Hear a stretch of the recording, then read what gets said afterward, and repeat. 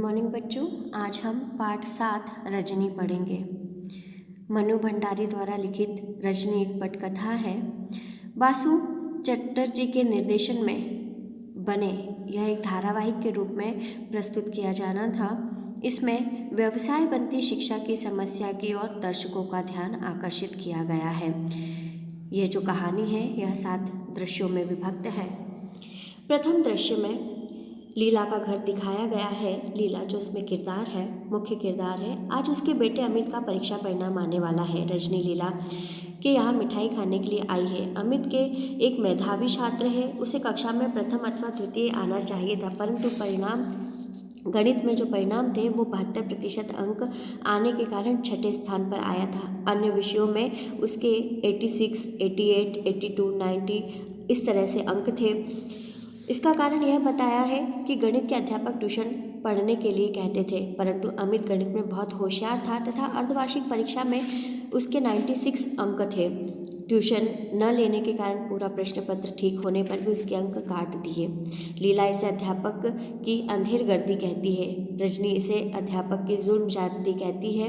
रजनी अगले दिन गणित की कॉपी देखने के लिए स्कूल जाने को कहती है। दूसरा दृश्य आता है। रजनी दूसरे दिन हेडमास्टर के पास जाकर कॉपी देखने के लिए कहती है। वो कॉपी नहीं दिखाते। रजनी कहती है कि अमित का पर्चा सही था तो 72 अंक क्यों आए हैं। गणित के अध्यापक अमित पर ट्यूशन के लिए दबाव डालते हैं। ट्यूशन न लेने पर अंक काट लिए। हेडमास्टर ट्यूशन को अध्यापक व विद्यार्थी का आपसी मामला बताकर पल्ला झाड़ लेते हैं। इस पर रजनी कहती है कि जब आप विद्यालय में भ्रष्टाचार रोक नहीं सकते तो कुर्सी छोड़ दें। हेडमास्टर गुस्से में आकर रजनी को ऑफिस से चले जाने को कहते हैं।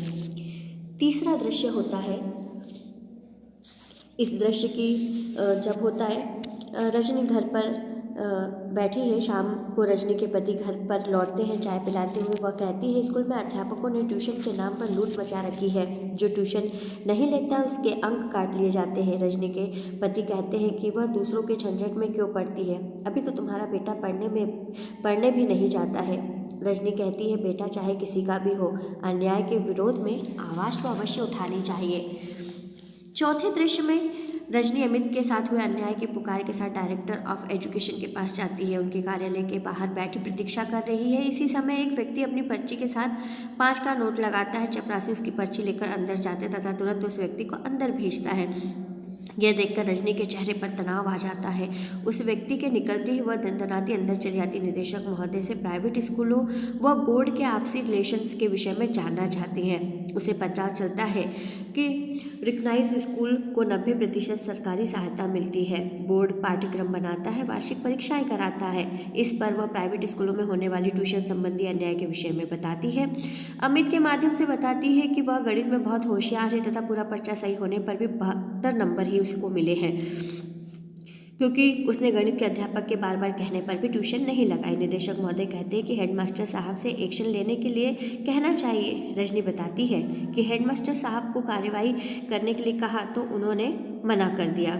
निदेशक कहते हैं कि शिकायत आने पर कार्यवाही की जाएगी। इस पर रजनी कहती है कि आपके पास शिकायतों का ढेर लगवाती हूँ। पांचवें दृश्य में रजनी समाचार पत्र के कार्यालय में जाकर ट्यूशन के धंधे के विषय में बताती है। संपादक उसकी प्रशंसा करते हैं कि आपने एक अच्छा आंदोलन चलाया है। रजनी कहती है कि समाचार पत्र इस विषय का विरोध करेगा तो सारा समाज इस घिनौने रैकेट के विरुद्ध खड़ा होगा। अभिभावकों को बहुत राहत मिलेगी। संपादक महोदय रजनी का साथ देने का वायदा करते हैं तथा सारी बातें लिख लेते हैं। रजनी कहती है कि 25 तारीख को एक पेरेंट्स मीटिंग कर रहे हैं। यह सूचना भी अपने समाचार पत्र में छाप दीजिए तथा आने के लिए आग्रह भी कर दीजिए। छठा दृश्य होता है। एक बड़े से भवन में मीटिंग की तैयारी हो चुकी है। बहुत से लोग आ रहे हैं। दरवाजे पर बड़ा सा बैनर लगा है। अंदर एक और प्रेस वाले बैठे हैं। स्टेज पर एक महिला रजनी का नाम बोलती है। हॉल तालियों से गूंज उठता है। सभी की पहली पंक्ति में रजनी के पति रवि भी बैठे हैं। रजनी सभा को संबोधित करते हुए कहती है कि कुछ बच्चों के लिए ट्यूशन ज़रूरी है क्योंकि माताएं पढ़ा नहीं सकती, पिता को फुर्सत नहीं है। इस प्रकार अध्यापक वर्ग की ओर से भी कुछ तथ्य सामने आए हैं कि प्राइवेट स्कूलों में वेतन कम मिलता है। वेतन कम देकर अधिक पर हस्ताक्षर कराए जाते हैं। ऐसे अध्यापक एकत्र हो कर इस अन्याय का पर्दाफाश करें। जो अध्यापक छात्रों के साथ जबरदस्ती करें उन पर नजर रखी जाए। बोर्ड के सामने ये प्रस्ताव है कि अपने ही विद्यालय के छात्रों की ट्यूशन न करें। जो अध्यापक बोर्ड के नियम को न माने उनके साथ सख्ती की जाए। सारा हॉल तालियों की गड़गड़ाहट से गूंज उठता है। सातवें दृश्य में रजनी का फ्लैट है। सुबह का समय रजनी के पति रवि को अखबार का पहला पृष्ठ पढ़ते ही रजनी की तस्वीर दिखाई देती है। वह चिल्लाने लगते हैं, रजनी, बोर्ड ने तुम लोगों का प्रस्ताव जो का त्यों स्वीकार कर लिया है। रजनी दौड़ती हुई आती है और अखबार को छाती से लगा लेती है। उसके पति मुग्ध भाव से कहते हैं, I am proud of you.